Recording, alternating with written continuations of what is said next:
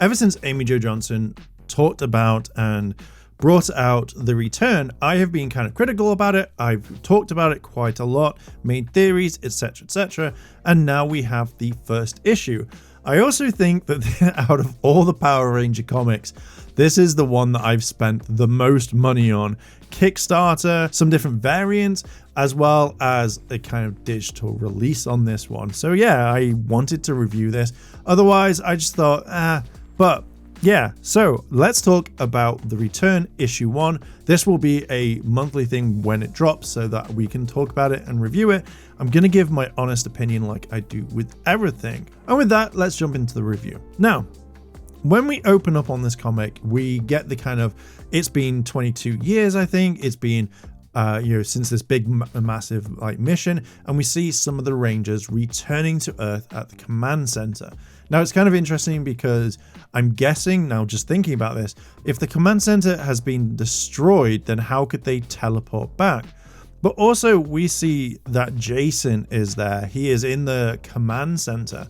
And I generally thought that Billy would have taken over. I felt like as soon as he had his money to build up his company, that he would have gone to the command center, done it himself to kind of build everything up, or taken absolutely everything. So it's just literally completely bare so that he could put it into his workshop or something or whatever. I have no idea, but it just feels like Billy would have taken over the command center, rebuilt it, etc., etc. But we see that Jason is there, and he gets attacked by someone who then takes his coin and it goes straight their hand.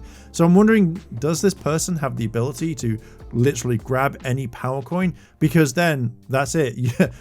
The fight with the Power Rangers is completely over. So it kind of really gives you something to think about on this one. But this also brings up a really good thing of, it makes you want to know more straight away. So I'm glad it's kind of reeled me in to make me go, I need to read the next issue. Now, I will say this now, I hope that the story continues as good as this one or as the issue grows, because if it doesn't and it is shit, then I'm not going to like it. I feel like it'll be a massive letdown. So I'm really hoping that it keeps building and building, and then the end is like, oh my god, I didn't see that coming. For the next few pages after this, we have a opening ceremony. And it was really nice to see kind of Bulk and Skull, Ernie, these sorts of characters. You see Trini, Billy, and Zach as well, but obviously they're talking about how Trini obviously has passed on, which I really didn't like. I would have kept her alive because I feel like this would have been a really cool thing rather than just saying, oh, hey, yeah, kind of guess what? She's passed on. We find out kind of the reason, which I'll talk about in a bit. But I feel like it would be nice to actually have her there rather than her passing. It just feels a bit out. But we also find out that Zach has told everybody that he is the Black Ranger, but he's not said who else is a Power Ranger. So this kind of gives him a one-up. Everybody loves him, which I'm guessing is the main thing because obviously the world loved the Power Rangers. But the main thing is that Billy is opening the Trini Kwan Memorial Park and Youth Center. And when you look in the far distance, like the kind of building, you do see the juice bar sign, Angel Grove Youth Center, which I thought was a really kind of nice little nod. I like that sort of thing. I like seeing Easter eggs within the comic book that can make me go, oh shiz, this is literally what I remember from my past. But we get that every single day with the Power Rangers. We see kind of a flashback to the past, and this really made me think of what the old episodes were like. It actually made me think that looking at it, it could have been a scene taken from the show, and that is something really hard to kind of portray in my sort of eyes. I generally really like this, and I felt like I wanted more. Are we going to get more flashbacks, or is this it? I'm guessing we're going to have to keep reading, which is absolutely fine. But I do also want to know, and I'm so glad that Amy kind of caught this, as well as the illustrators when doing this, that you see Bulk and Skull, Skull with his transmitter on the back or receiver or something, and then Bulk completely blindfolded walking a chicken. So I would imagine that we could get some explanation in on this, or is it just a thing that they would do, and then Ernie just telling them off. It's so Power Rangers that it made me laugh, and I was just like, man, that's so freaking cool. The next couple of pages is kind of a talk scene between her and Zach. And I generally want to know a little bit more, because in this issue, I will say I really started to not like Kimberly, and I will talk about that over time. Now, the next couple of pages, I wish we knew what Kimberly was like. It kind of feels that we don't get this straight away, and it's like, why is she so jaded? Why is she so angry? Why does she call the shots? And it makes me not really want to like her at all. Like, something has happened, and I'll talk more about that in a little bit. But it just felt like she was cold in this. But again, she is funny at the same time, so maybe it's just a little bit of her being sarcastic. Is it because of all the events that's happened? I feel like they could have told us a little bit more about it, very similar to how we saw it in the prologue, where, you know, we get the kind of taste, which I'm guessing we're going to see again. And I hope that issue is a little bit thicker, rather than just, hey, we've already read these pages, so you're just saving on the stuff. As Zach is saying, hey, like, why don't you come to dinner? Kimberly is saying, like, hey, like, I wanted this to be a kind of small event, but since you've posted on social media that you're there, and this kind of brings into the whole point of, like, Zach telling the world that he was the Black Ranger. Now, we don't normally see this a lot when it comes to Power Rangers. We have seen it once, and that was with Zach when they were doing Power Rangers Day, where he wanted to morph into the Black Ranger to impress Angela. And that's the only time that we've seen a Ranger, in my eyes, in at least my morphing anyway, to show that they had power. Now, I don't know if it's in any of the Power Ranger series. If it is, let me know down below in the comments. But I kind of feel like this would be a natural thing to kind of throw the world off certain elements. But I also kind of wonder what Zordon would have said. And now, going back to the whole thing of, like, the whole world, like, I remember Matt in the comics, like, he reveals that he's the Green Ranger. That doesn't count in this issue, just remembered. With the comedy element, I really like the fact that Zach says, like, oh man, like, you've saved my life 17 times. And Kimberly's like, no, it's actually 19. That I thought was fun. That I thought was comical a little bit. But one thing is, when you're reading this and you don't turn the page, you generally think she's at Trini's grave, that she's looking over and kind of like saying, hey, I miss you. But then we find out that it's Tommy's grave. Now, I didn't mind this. Like, it would have been more of a shock if we hadn't seen that variant that had gone along. We see the dedication to Trini, but then you also see Tommy. It says, like, Thomas Oliver. That to me just kind of ruined it. I would have gone, oh shit, if this was a big case. So obviously seeing that sort of variant coming out didn't really make me go, oh, yeah, okay. I knew it was coming and it didn't faze me. I feel like if we hadn't seen that variant, it would have gone, oh shiz, he has died. And then it would have been more impactful in that sort of way to make you go like, oh my God, what happens? Now I'm just like, they'll explain it. Like, it doesn't give me that whole thing of, I need to know. This is where I generally think right now that I don't like Kimberly's character. I feel like this is showing some sort of anger that she's not been able to kind of let go. And it's one thing that does kind of irritate me. And you can see that Zach and Billy have kind of changed, but it feels like Kimberly is constantly wanting to call the shots.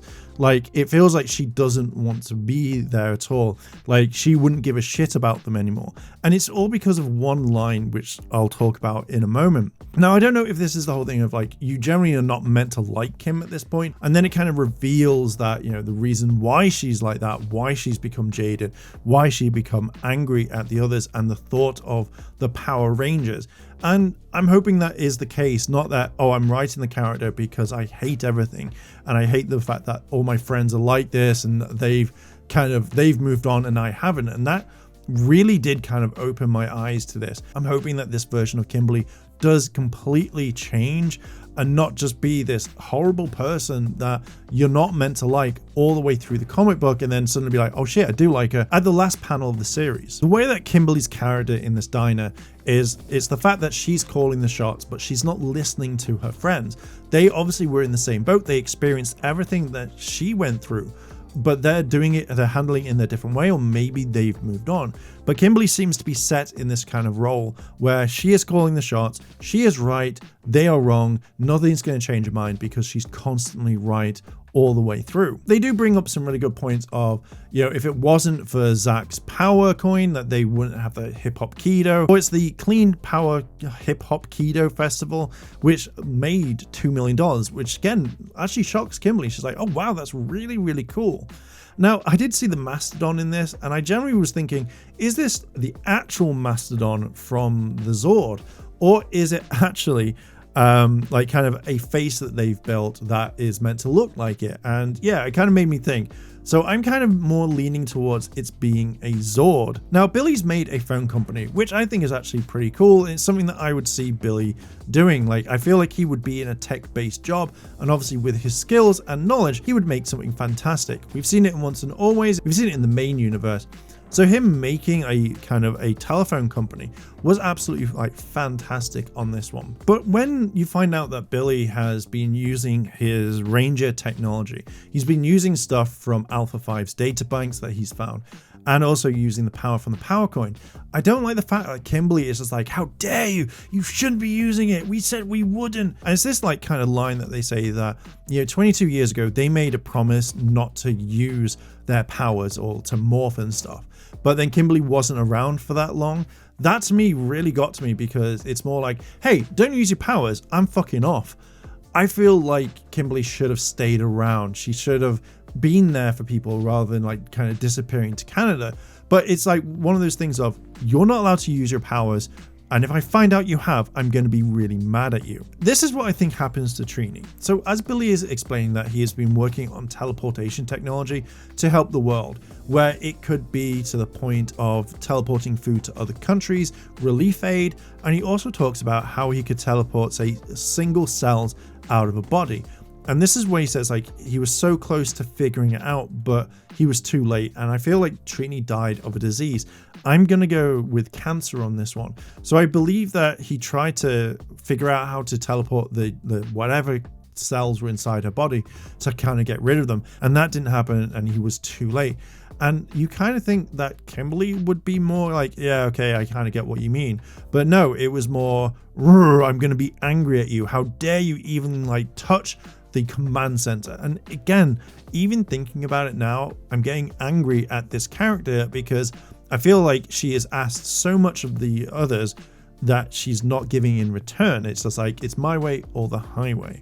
Now, the reason why that Billy and Zach have contacted Kimberly to sit down and talk is because they're looking for Jason. Jason has gone off on his own vigilante ways.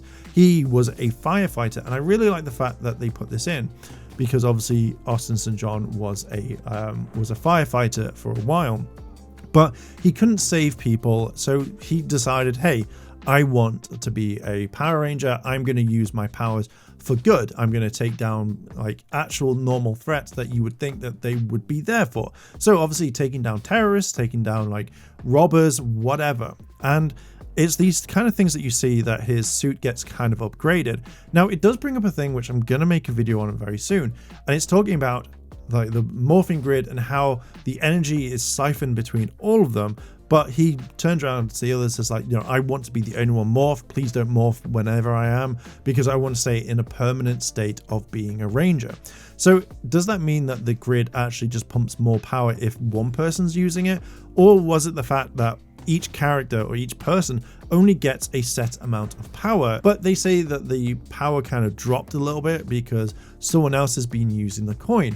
Now, I thought that this might be Olivia, but I feel like it's the person at the very end of this comic that has actually done this. Who knows? I don't know, but I think it's a very interesting kind of topic to talk about. I generally thought that Kimberly would join them on trying to find Jason. You have 3 Rangers left, they are going to go and find him, but it's instantly she's like, no, I don't want to, like, I'm leaving, goodbye. And I generally was just like, how much of a bitch do you have to be? Your friends have asked you to help find another friend, and right now all you're doing is just thinking about yourself. Like, where is Jason? Jason could be hurt, he could be fighting on his own. What makes you just say, nah, I'm not going to do this, and like walk away? Like, do you still have your power coin? Did you give it to the others, or are you just keeping it? These are the things that I kind of really want explained maybe in the second issue that we can see, or maybe at least the third. But as I say, I'm not liking Kimberly right now. I just feel like she's not being a team player, which again, if she just says, no, I don't want it, don't contact me ever again, that's fine. But after that, we see a mysterious figure kind of like clenching the fist, which I think is the last person at the very end, at least. If not, it's going to be Olivia. It's going to be those sorts of like 2 people. Or maybe it's the third person who's at the very beginning. It's going to be at least 3 people. We see Kimberly is texting her daughter Olivia, and it's like, hey, I want to meet your friends. She's like, oh, maybe soon. I feel like that's going to be the last panel. It's like, hey guys, this is my daughter. This is mine, and this is Tommy and my daughter. It's going to be a thing at the very end, at least. High fives and Power Rangers, once and always, etc., etc. The last couple of pages, we see that Kimberly is looking back at her time as a ranger in kind of a photo book, and it says like once a ranger, always a ranger, until there is a knock at the door, and we see Trini's other daughter saying, hey, are you Kimberly Hart? And Kimberly is like, nah, I'm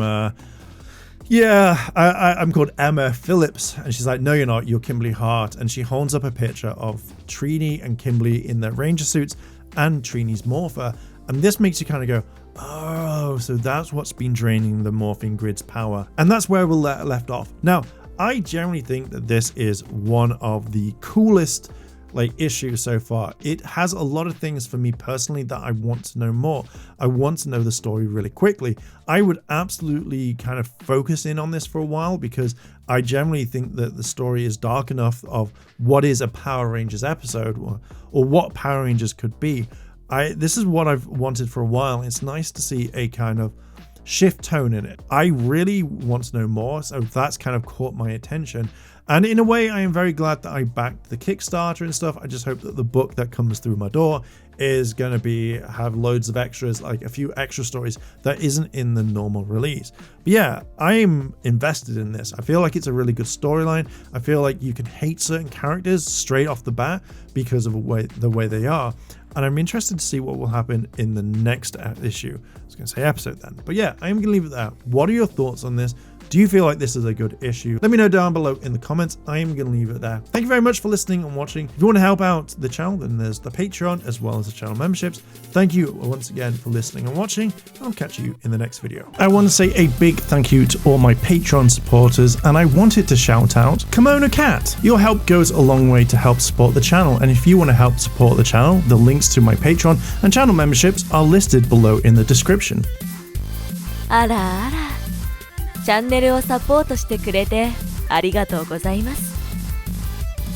チャンネル登録、高評価お願いします。